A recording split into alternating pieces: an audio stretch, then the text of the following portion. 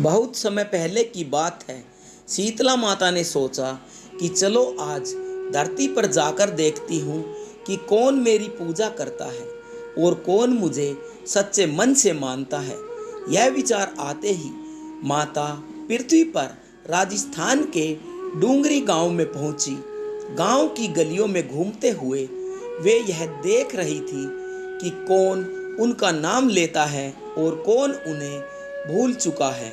इसी दौरान एक मकान की छत से किसी ने उबलता हुआ पानी नीचे फेंका।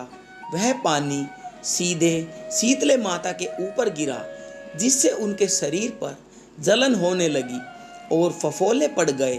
पीड़ा से कराहते हुए माता गांव में इधर उधर घूमने लगी और कहने लगी, अरे मेरा शरीर जल गया, मुझे बहुत दर्द हो रहा है, कोई मेरी मदद करो, कोई तो मेरी मदद करो। लेकिन गांव के किसी भी व्यक्ति ने उनकी मदद नहीं की। गांव के किनारे एक गरीब कुम्हारन बैठी थी। उसने देखा कि एक वृद्ध महिला जलन से तड़प रही थी और उनके पूरे शरीर पर फफोले पड़ गए थे। उन्हें देखकर कुम्हारी का हृदय दया से भर गया। वह जल्दी उठी और बोली, माँ तुम यहाँ बैठो, मैं तुम्हारे शरीर पर ठंडा पानी डालती हूँ, इससे तुम्हें आराम मिलेगा। फिर उसने एक घड़े से ठंडा पानी लिया और माता के शरीर पर डाल दिया। इसके बाद कुम्हारन बोली, माँ मेरे घर में रात की बनी हुई रबड़ी और दही रखी है, तुम उसे खा लो, इससे तुम्हारे शरीर को ठंडक मिलेगी। जब शीतला माता ने वह ठंडी रबड़ी और दही खाई तो उन्हें तुरंत आराम मिला। शीतला माता कुम्हारन की सेवा से प्रसन्न हुई और बोली, बेटी मेरे सिर में बहुत खुजली हो रही है, क्या तुम मेरे सिर से जुएं निकाल सकती हो? कुम्हारन माता के सिर से जुएं निकालने लगी। जैसे ही उसने माता के सिर के पीछे देखा तो वहाँ एक तीसरी आंख दिखाई दी। यह देखकर कुम्हारन घबरा गई और डर के मारे वहाँ से भागने लगी। तभी शीतला माता ने पुकारा, रुक जा बेटी, मुझसे मत डर, मैं कोई भूत प्रेत नहीं हूँ, मैं स्वयं शीतला माता हूँ। यह सुनकर कुम्हारन डर से कांपने लगी और हाथ जोड़कर माता के चरणों में गिर पड़ी। शीतला माता कुम्हारन की सच्ची भक्ति देखकर प्रसन्न हो गई, लेकिन कुम्हारन दुखी होकर बोली, माता मेरे घर में बहुत गरीबी है, मेरे पास न कोई चौकी है और न कोई आसन जहां आपको बिठा सकूं। शीतला माता मुस्कुराई और बोली, बेटी चिंता मत करो, मैं तुम्हारे घर के बाहर गधे पर बैठूंगी। इसके बाद माता के एक हाथ में झाड़ू और दूसरे हाथ में दलिया लेकर कुम्हारन घर के बाहर बैठ गई। उन्होंने झाड़ू से उसके घर की दरिद्रता को हटाया और अपने हाथ में दलिया डालकर फेंक दिया। बेटी मैं तेरी सेवा से बहुत प्रसन्न हूँ, जो वरदान चाहती हो मांग लो। कुम्हारन हाथ जोड़कर बोली, माता आप इसी गांव में निवास करें और जो भी फागुन के अष्टमी के दिन आपकी श्रद्धा से पूजा करे, आपको ठंडा जल और ठंडे भोजन का भोग लगाए, उसके घर से दरिद्रता दूर हो जाए। शीतला माता ने तथास्तु कहा और वरदान दिया।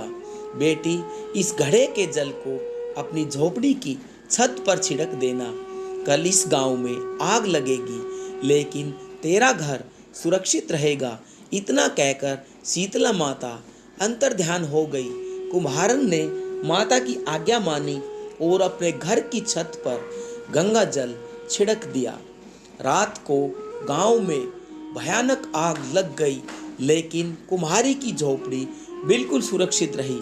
अगले दिन गांव के राजा ने कुम्हारन को बुलवाया और पूछा, सारे गांव में आग लग गई थी लेकिन तेरा घर कैसे बच गया? कुम्हारन ने राजा को शीतला माता की कृपा की पूरी कथा सुनाई। यह सुनकर राजा बहुत ही प्रभावित हुए।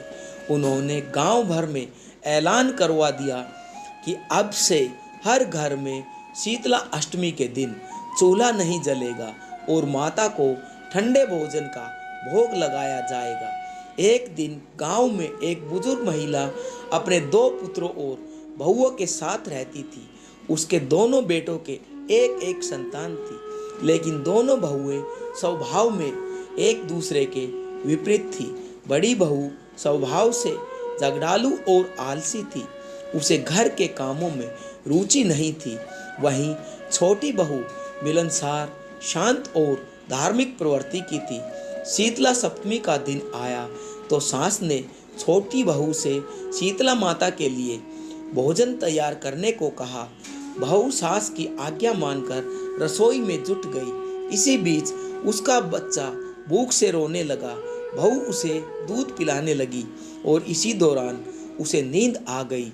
जल्दबाजी में वह चूल्हे की आग बुझाना भूल गई। इसी दौरान शीतला माता भक्तों का हाल जानने पृथ्वी पर आई। जब वे घर में पहुंची तो जलती हुई आग देखकर बुझाने के लिए उसमें लौटने लगी, जिससे उनका शरीर जल गया। पीड़ा के कारण माता क्रोधित हो उठी और छोटी बहू को श्राप दे दिया, जैसे मेरा शरीर जला वैसे ही तेरी संतान भी जल जाएगी। जब छोटी बहू की नींद खुली तो उसने देखा कि उसका बच्चा जलकर मर्त पड़ा है। वह रोने लगी। सास समझ गई कि यह शीतला माता का प्रकोप है। उन्होंने छोटी बहू से कहा, माता से क्षमा मांगो और उनकी पूजा करो, तभी यह संकट टल सकता है। सास की सलाह मानकर छोटी बहू अपने बच्चे के शव को एक टोकरी में रखकर माता को खोजने निकल पड़ी।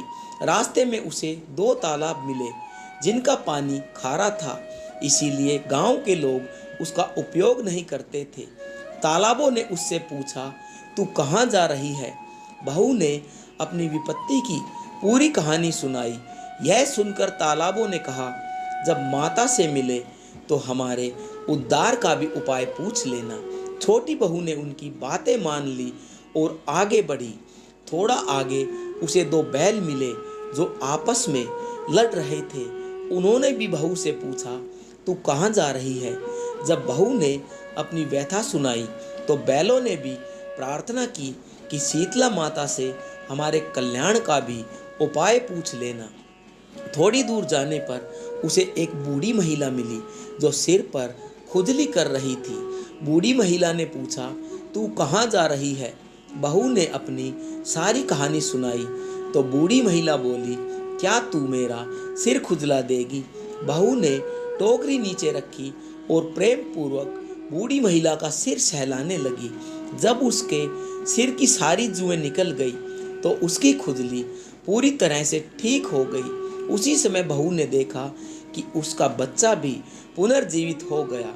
अब उसे समझ में आ गया कि यह कोई साधारण बूढ़ी नहीं बल्कि स्वयं शीतला माता थी।